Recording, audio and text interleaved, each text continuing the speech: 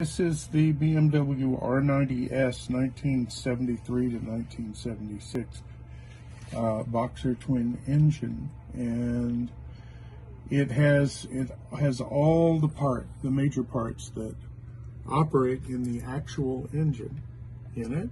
So you can see it. I'll turn it on. Okay.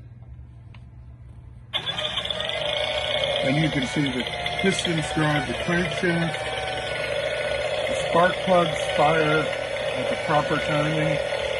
They've got a camshaft operating push rods, and the valves are actually operating. The valve lift, the rocker arms are actuating the valves.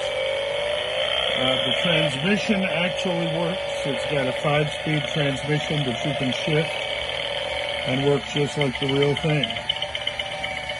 Okay. So there you go. Thank you. It'll stop on its own.